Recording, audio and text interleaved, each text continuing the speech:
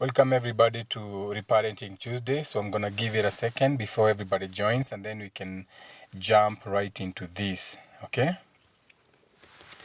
gonna talk about why the world is so spiritual and things like that. Sasa. So today is Tuesday, Mars Day, aka the day is ruled by the planet Mars, or what you are calling Mars, or the energy of the day. So today is Tuesday. So it's a day that we like taking a lot of that energy of the day, passion, actions, and we shine this on what we call the things that we want to change, or the places that we want to change in our lives na vitu kama hizo. So on Tuesday we decided to call it Reparenting Tuesdays. Let me invite my co-host, because nowadays anaweza kuwa, I'm supposed to be live between 8 a.m. and 10 a.m. but I've been going live whichever time I want. So you're gonna push this. So shout out to everyone in the comments. Each one.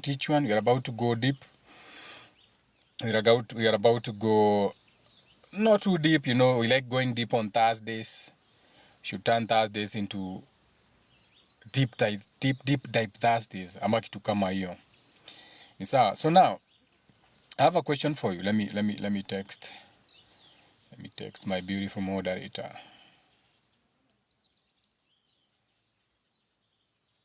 Because I've realized that notifications za TikTok hazijakuwa zikienda.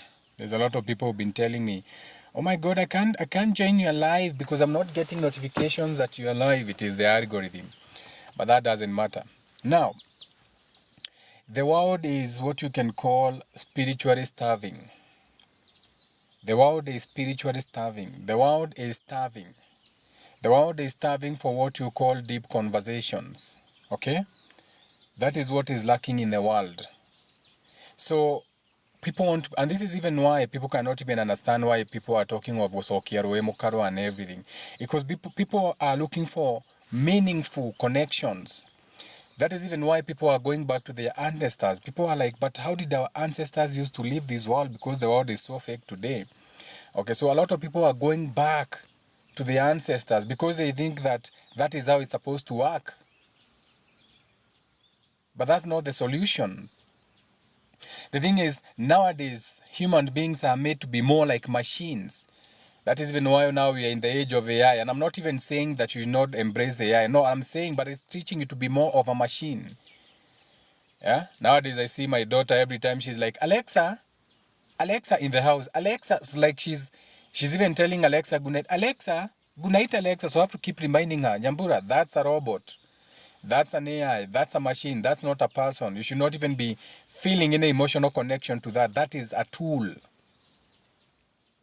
So in an age whereby we are becoming more machines, when you get into your public transport systems, everybody has their headphones. Everybody is on their phone. So people are turning into machines. People don't even talk to each other. I have people who come to talk to me. They're like, Jagamu, like, how do I approach beautiful girls? I say, you're not going to meet a beautiful girl with those headphones in your head. You're not going to strike a meaningful conversations if you're not on the ground, okay? So now, we have a lot of addictions today. And you may not even see it, but let me remind you. A few years ago, maybe 10 or 15 years ago, you didn't know about mushrooms. But all of a sudden, everyone is doing shrooms. Who is this? Who is this now? Who is this demon?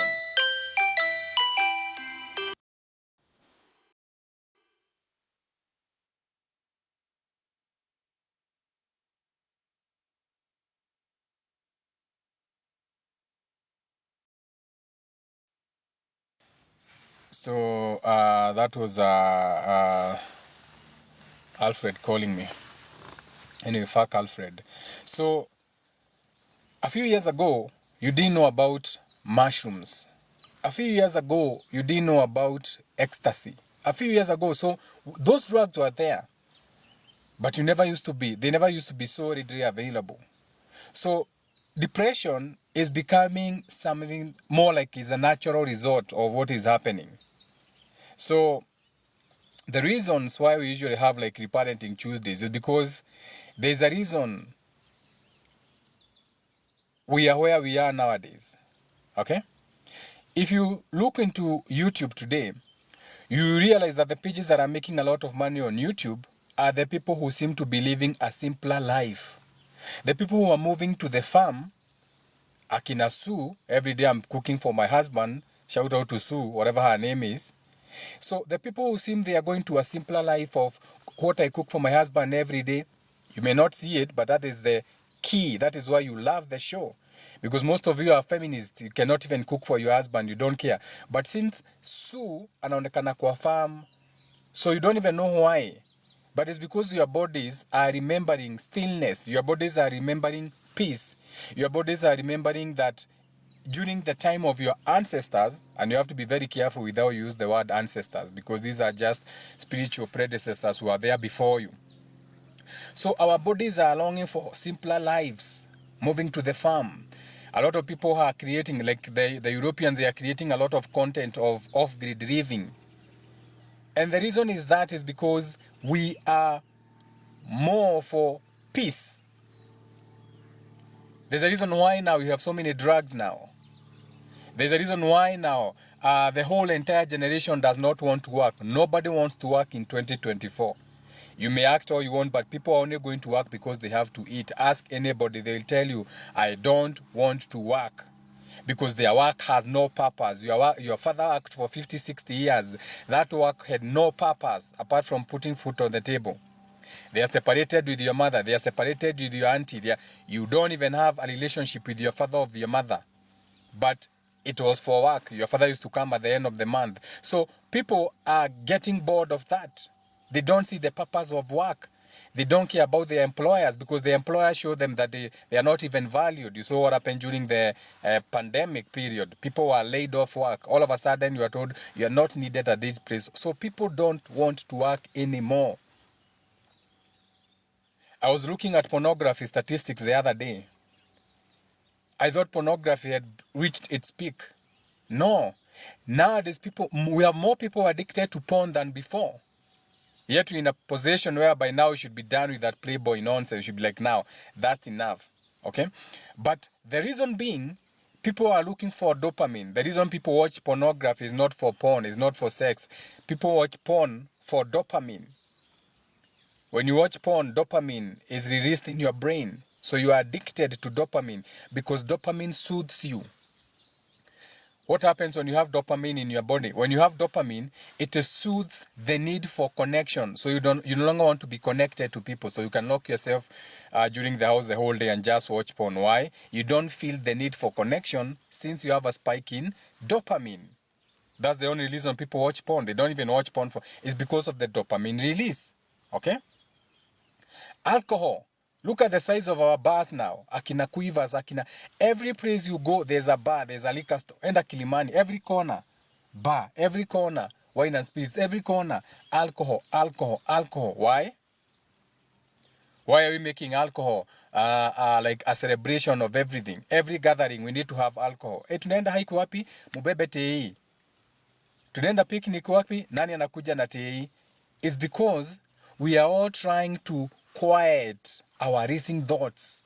Okay? We have social anxiety. We don't know how to belong. We don't know how to behave. So we need to drink so that we can feel safe in our own bodies. We are unsafe. You don't know how people are looking at you or judging you.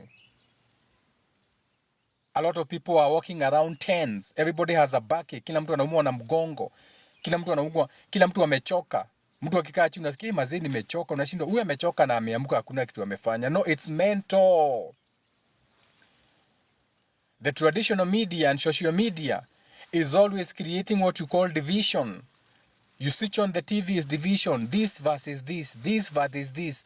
This has died. Escalation in the war. They are preparing for war. There's a lot of division on design because on the ground people are very kind and good. Jana nani alikutusi wewe? Kuna mtu alikutusi jana? Jana nani alikupiga na mawe? Kuna mtu alikupiga na mawe? Jana nani alikuibia? Last nani? So the world is actually good. and kind. But when you look at the media, you are thinking, wait a minute, is this real? Because even the crime is very minimal compared to the good side of life. Everybody is tense, exhausted. Everybody wants a massage. Everybody is wearing a mask. Everybody is tired of performing. You are tired of pretending you are that good girl at your place of job. You are tired of pretending you are that good man. You are tired. Everybody is tired of acting. We are tired of the masks. Mask off. Shout out to John Travolta. Mask off. And the reason being, everybody knows that you are bigger than this. You don't even know how, but you know that there's something bigger for you. You can tell that your soul is being enclosed somewhere. Your spirit is being shut down, but you don't know how. All you know is that you're not a machine to work every day. You're not a machine to just wake up, work, and die. Deep down inside, you know that is not what you are meant to. You are not meant to be waking up, go to work, come, sleep. Waking up, go to work, come, sleep. Wake up, eat, come, sleep. Naturally, deep down inside, that's all you're supposed to do. You're not supposed to eat, fuck, and sleep. You may say, how can that... No, that's the truth. You're supposed to just eat, fuck, and sleep. Even when you go to your work, why do you go to your work? You go to your work so that you can eat. Then after you eat, what do? You sleep. Then when you sleep, what do? You fuck. Eat, food, sleep, shelter, and fuck. All these other things are not real. All these other things are made up. And the only way we can change this is we can change what you call the attachment bonds very early in your children. Remember what we say in the channel. This is a self-accountability channel. We are here for healing. We thrive together, we heal together. And the only thing we can do, we cannot help our parents. It's already too late for them, most of them. Your grandfathers are dead and buried. Forget about them. So now think about the children that you have now. Children nowadays, they need parents. They don't need technology. The babies that you're having, those who are going to have babies, they need what you call the serve and return energies. The children need to be there for you. You need to be there for your children. Your children are not to be raised by Alexa. Stop giving tablets to your children and allowing the tablets to raise your children and the cartoons and the yaya. You may think it's very clever to kona yaya unaenanga kazi and she's raising your child for you. Yaya yako waleangi mtoto wako. Yaya yako na mkanga naeka mkoto chini na mwekea Teletubbies kwa YouTube na anapea mtoto remote. Anaenda shughuli zake. Anaenda kunyonga. Anaenda kuvaa nguo za mwenye amemwandika or whatever. Inini kesi mtoto wake. Inini kesi yako hapo wale mtoto wako hapo wapewe pesa. So we need to be people who are ready to unpack our own intergenerational trauma. We have so much intergenerational trauma from our fathers and our grandfathers. So we need to unpack this. We need to co-regulate our children now. We need that regulation where we can emotionally regulate ourselves. We shouldn't be in those parental ages. Our parents were in parental ages. They used to lash out and beat you. Most of you watching me, you have birth marks from your parents. You have marks. You have been scarred. Your own parent put a mark on you, put a scar on you. My last born sister nakuanga amevunjika imeno. Alivunjwa na my father. My mom ashaiwekwa plaster. Same from my father. My sister walks with the clutches. Same from my father. So you have parents who have scarred their children. Kuna mahali unawashanga watu nasema, hapa niligongwa na my dad, hapa na nyundo. Hapa nilikatwa na babangu, hapa niligongwa na madhe, hapa nilichunwa na... Why? Why do you need to be a parent who's raging mad, smashing things in the house, emotional chaos in 2024? Your children need touch. Your children need what you call eye contact. We should get rid of these, what I call them baby positioning devices. This. These are baby positioning devices that we give children. Mtoto akilia mpe simu atanyamaza. This is a baby positioning device. This is not you. This is not a parent. This is not you connecting to your child. This is a gadget. Baby positioning. This is a baby positioning gadget. Device is a baby positioning device. When you have Alexa reading your child a story, you take your child to the bedroom. Ati Alexa, read a story for my 4 years old to put. What is wrong with your head? Children need touch. Children need eye contact. When you're reading that book, read to your child. Have eye contact. Read them a book. Spend some quality time with your children. You are their parents. Don't have this nonsense of at you have scheduled a weekend. You see the weekend of 9th, they mark it on the calendar. That is me, a new play date. What do you mean you have a play date with your child? Ati umeimaka kwa calendar. Ati sasa hafai kukusumbua mpaka tarehe 9 ifike. People or children need what you call emotional investment. Not just financial instruments. Not your Alexa, not your PlayStation, not your TV. Your children were not born to be sent to college. Now you send them to college. The child was looking for a secure parent. When you ulipanda kwa kitanda ukamzaa. But now you have become the overworked, emotionally distant, stressed parent to that child. How are we going to change the world? We are going to change the world, one parent and one baby at a time. Because raising secure children matters in today's world. All the other things, they can wait. What we need now is raising or what you can say, raising emotionally mature children. Because we are all products of emotionally lacking parents and grandparents. And this is the age of Aquarius. This is the age of knowing. So it is our time now. When they talk about the age of Aquarius that happened, we will be the people they'll be looking at. The same way when you are looking at history, you talk of those people. You talk of those mentor forms. Akina the Job, the Noahs, okay? The Moses, those mentalities. In our time now, they should be reading about our mentalities, the people who healed generations, our minds. We should be the names in those Bibles. The old Bible is gone. That time is gone. It should be our names in those Bibles. The book, Jegawa Mudhaka, chapter 1, verse 1, reparenting. No one is coming to change the world. Religion is not going to change the world. Education is not going to change the world. Business is not going to change the world. Politics will not change the world. Sports and entertainment will not change the world. The world will be changed by people like you. And you start in your own house.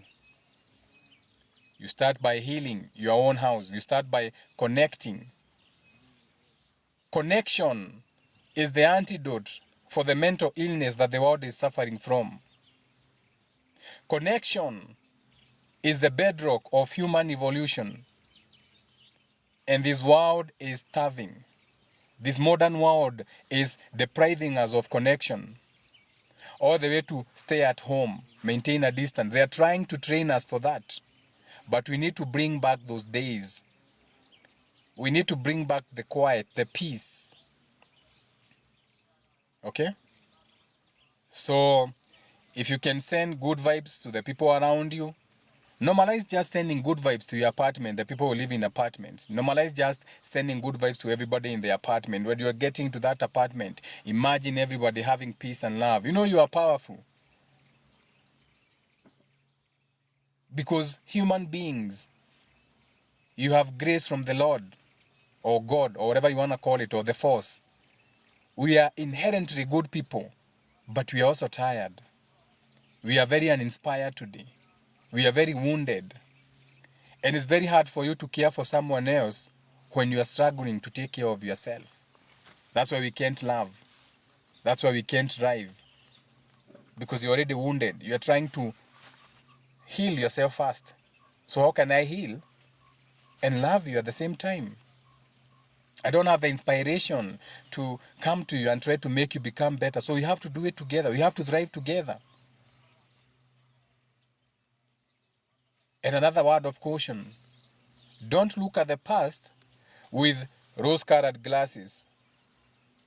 Don't look at the past like, oh my God, those days used to be good. No, those days had their own things. Back in the day, we had alcoholics. Even when you go to your culture, you had people they would be given the small horn to drink from that because they had no discipline over the alcohol. So you're not saying that the back, no, but we are just saying, okay, since back then we didn't have a lot of distractions in terms of technology, TV, social media. So people used to go under a tree and really like gather together. So the thing is that we are moving away from that social gathering where we used to be together. It's not that we are saying that back in the day it was always good. No. Okay? There has always been problems in our human history. So I'm not even the person to look at and think that I'm going to tell you that you have to subscribe to the part that it was better. But we have come a long way, what you call evolution, what you call expansion, what you call, whatever name we want to give it. Okay, each generation. But this specific video was about us going back to our soul, the connection to nature that we are meant to have, and the deep need that we need to have for what you have, human connection. I can tell you this for free. Like, if you travel to the spiritual world, those people who are able to do not what you are calling astral projection, that's bullshit. That's not even how it's done. But the people who are able to go into the spiritual world, into the dream world, unattached, so they're able to travel more, they can tell you that human beings have grace more than other beings. We have many beings, not just human beings. We have many other beings, and we have beings that they are shown no mercy. A small mistake, no mercy. So we should take advantage of the fact that we have grace. We have been given grace. So we have enough time. And also take advantage that we are stuck in the 3D, this hell, where time is slowed. So you have time. Time is so slowed down, everything takes longer to expire. So take advantage of that to mend relationships. Take advantage of that to let bygones be bygones. Take advantage of that to let the dead bury the dead. Take advantage to let the things that need to remain hidden.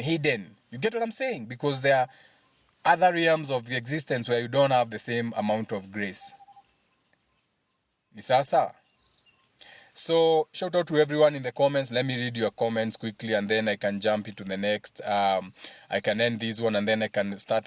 This was supposed to be direct to reparenting, but then I decided let me just break it down like this and then I can jump into the reparenting one and then we can see how it goes. Ni sasa. Shout out to the people who are sending donuts for breakfast and roses. Wanapiga aluta tu. Most of them have a story. Maureen Wadada. Shout out to Maureen Wadada. Reggae queen. Yeah, true. Let me see. I don't think there's any comment. I got TikTok. I don't know what they're talking about. Easy. Parents are busy. No, parents are not busy. Most of the children, their children's home really lack the first love. This topic is for me.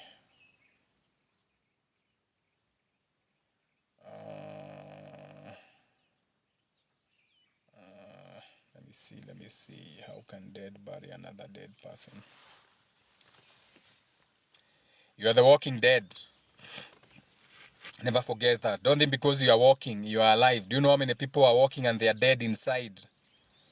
Dead inside. They don't care about life. You see them every day taking their own lives. They have no care about life. They kill people in cars. They are walking, but they are dead. You get it? Don't think that just because you are walking, you are not dead. Do you know how many people will even tell you in your face, I'm feeling dead inside? Yeah, they are dead. People like calling them bots or NPCs na vitu kama hizo, but we don't call that people on our page, okay? In our page is all about love. But don't think that when you come to this page, you're not going to get slapped. You're going to get slapped in your face. This is not we are not talking about love and light. We are real. We are in the world. So we talk about the world as is. We do not pretend. Ni sawa sawa. Yeah. So let's end this live. How many people do you have watching? 39. Let's end this live. Now I start another one. I restart another one. I'm also doing this for the algorithm. There's something I'm also testing out. You see, my algorithm inaniambia niko na 7,000 followers. That's a lie. When I restart my live, kuna time you restart my live. When I'm restarting, inanionyesha the actual people who are following me. So this is all algorithm. This is just a game. Okay. Yeah, your sister needs to heal. Your sister needs to heal, you know. Can't blame your sister because she also didn't. Your sister is doing what she saw, not what she had. And we have to be honest with this conversation that most of you have children, but you hate your children. There are so many times, if you ask mothers, you know me, I talk to people who are open-minded. There are so many times that mothers will tell me, wacha nikuambie Jega, me, I really hate my children. I feel like my children ndio wameniweka kwenye niko, ningekuwa nimeenda mbali sana. And it's okay to hate your children, but they are your mistakes. Get on Kambua's page. Go on Kambua's page. Get on Kambua. She's on YouTube. Go and fight Monjiro there, giving her story.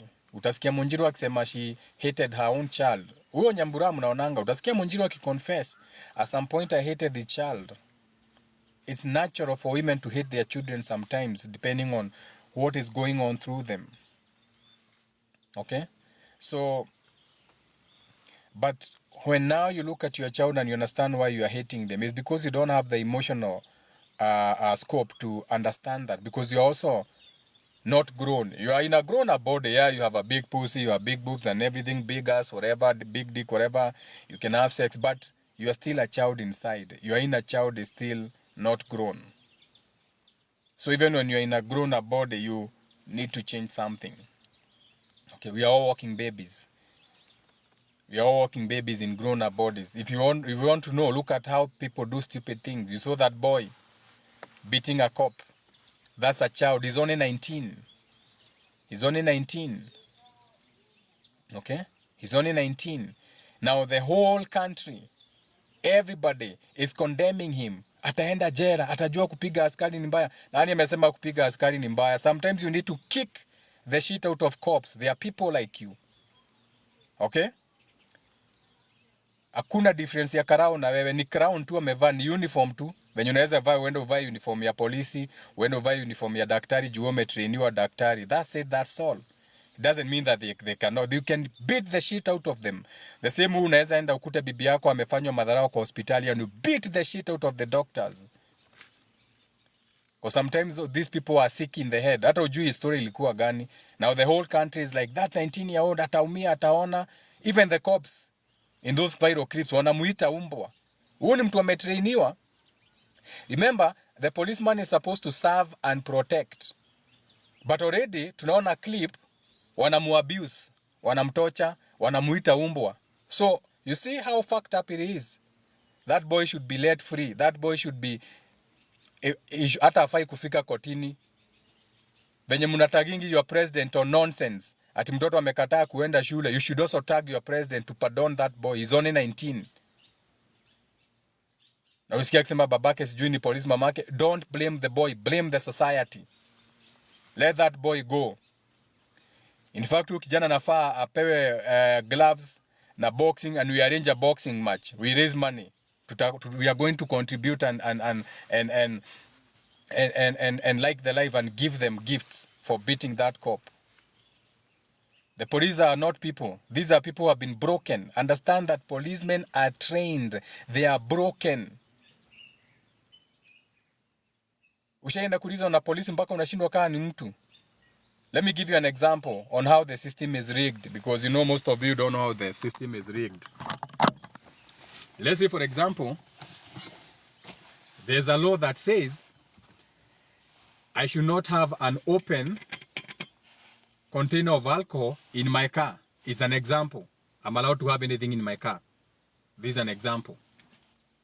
So let's say, for example, I'm not supposed to have an open container of alcohol in my car. It's an example. So let's say, by law, let's say there's a law that says I should not have an open container of alcohol in my car. An example. In my world, we don't have those kind of laws. Now, let's say I don't drink. I drink. I make the best wine in the world. So let's assume for this purpose that I don't drink, but I do drink alcohol. So let's say I'm driving, I don't drink. Let's say I have a friend who drinks and they are sitting in the back. Let's say tumetoka ka road trip somewhere. So, tuseme amekunywa mkebe yake ya Tusker ama ya Milk Stout na ameiacha huko nyuma. Ameacha mkebe huko nyuma. So I've dropped him home. I'm driving home. Let's say I'm stopped by the police. I'm never stopped by the police, but I'm giving an example. So I'm even going to stop giving an example for myself because that is not my word. So let's say Mr. X. So let's say Mr. X is driving and is stopped by police. So when they stop Mr. X, they say, Mr. X, naomba niangalie gari yako kuko na alcohol bro, nonsense. So asimame because you don't need alcohol bros. Because why would you have bars, umetengeneza bar na hiyo bar iko na parking? You see, you don't think how these things are psyops. They are called psyops. You have a bar and the bar has parking spot. Kwani mwenye anakuja kukunywa akuji na gari, alafu hapo nje mnaweka alcohol bro. But you don't think like that. You know, you don't have those kind of minds in this world. You're not supposed to think. When you think like that, unaambiwa ujaenda shule. Unaanza kuambiwa maneno ya law. The law says no, fuck the law. Why would you build bars and have parking slots? But no one thinks like that. So now let's assume you're driving Mr. X. So akisimamishwa, ambiwa Mr. X, how comes you have a Milk Stout container in the back ama pilsner whatever mkebe ya pombe iko huko nyuma? Amwambia waria, walai bilai, mimi hata ni waria bwana. Mimi walai bilai mimi ni Muslim. Mimi sharia na yenyewe hata akuwa amevaa hijab ya Muslim, ameshika beads anaenda akisema oh Muhammad whatever anasema. But when he stopped, the police, because he'd been broken and trained, so he does not know about morality. Unajua venye atamwambia, I understand ukunywangi wewe ni waria, but nitakushtaki kwa sababu umebeba mkebe ya pombe imefunguliwa huko nyuma. Waria anamwambia, walai bilai mimi sikujua, walai bilai rafiki yangu natoka mimi sikunywangi pombe, walai bilai mimi nakulanga melami, walai bilai mimi walia you haram. Polisi hata taka kujua ni haram. Polisi anamwandikia receipt driving a car with an open container of pilsner in the back. You are following? So at some point we throw morality out of the door for nonsense laws that are meant to punish you. So that boy should be pardoned for beating a cop. Whatever he was going through, hiyo ni yake. But we should not have the whole country now against that boy. Boy child, you're in trouble. Boy child, you should learn to regulate your emotions. But uwanja yenye kijana nafaa kupeleka testosterone yake acheze mpira iligrabiwa. You don't have open fields. Sasa ukienda kucheza mpira hapo ligi ndogo unalipa. If you want to do anything outdoor activity you pay, because all the playgrounds were grabbed. They were grabbed. So what do you want the youth to do? Mnasema mayouth wanakula mogoka Mombasa. Uwanja zote mulikula uwanja zote. Nionyeshe one municipal stadium hakuna. KJ, CKJ, Sonko alikuja Waidhaka pale kwa Waidhaka kwa Dio. Kulikuwanga na uwanja ilikuwa inachezwa volleyball. Alikuja akajenga fire station. He should have taken the county money, bought a place for the fire station. Walikuja wakachukua kiwanja ya vijana where youth should go and play darts and play football. Walikuwa tu wanacheza volleyball. Sonko alikuja akaweka fire station. Who needs a fire station? Ni moto ngapi umeona wewe? Hatuna moto but tuko na shida ya pombe. Hatuna moto but tuko na shida ya mogoka. But ni kwa sababu ni lazima angejenga hapo ndio akule pesa yake, huyo Sonko alikuja akamaliza uwanja. So the youth's problem is that they are being let down by the society, the so-called leaders wenye wamechagua. So that boy should be freed for beating a cop. Fai kuenda jela. He's only 19, he's a child. He deserves sympathy. He deserves better. He's not a thug. Na si jambazi. Kama ni jambazi, the society is what is making him jambazi. Bring back the boy child. Bring back the masculine. Bring back the thoth. Bring back the masculine. Bring back the thoth, the Adam, the Gekoyo. Stop being in your feelings. Now everybody is in their feelings. Amechapa polisi ataona. That's demonic. That's feminine. That's a feminized world. We need thought and feeling. Male and female. Adam and Eve. Gikuyu and Mombi. We need balance. We need to have feelings for that, but also think what could be the reason for him behaving like that. So we are thinking and we are feeling balance. But now the whole world is all on their feelings. The whole Kenyans work on their feelings. You're all in your feelings. You're all lost in your demonic desires. We need thought. We need logic. We need thinking. What is the reason for that? That is what we should be talking about. Not what should happen to the boy. Think. Why is this boy beating the cop? Hii nguvu yote ametoa wapi? Angeenda acheze mpira, acheze volleyball, acheze another game, akue mahali government imepeana free technical workshops. But since the fish rots from the head and we are begging for donations, ushajiuliza why are we given loans? Tunapeangwa loan ya nini? Why are we given loans to develop our own country? Tunapeana misitu, carbon credit. Tunapeana miti, baobab trees, we don't even sell them. Alafu tunaenda kuomba donations. Consumer nation. This is why I wanted to end that live. Sasa hii live imeanza kuwa huyu kijana, it was supposed to be reparenting.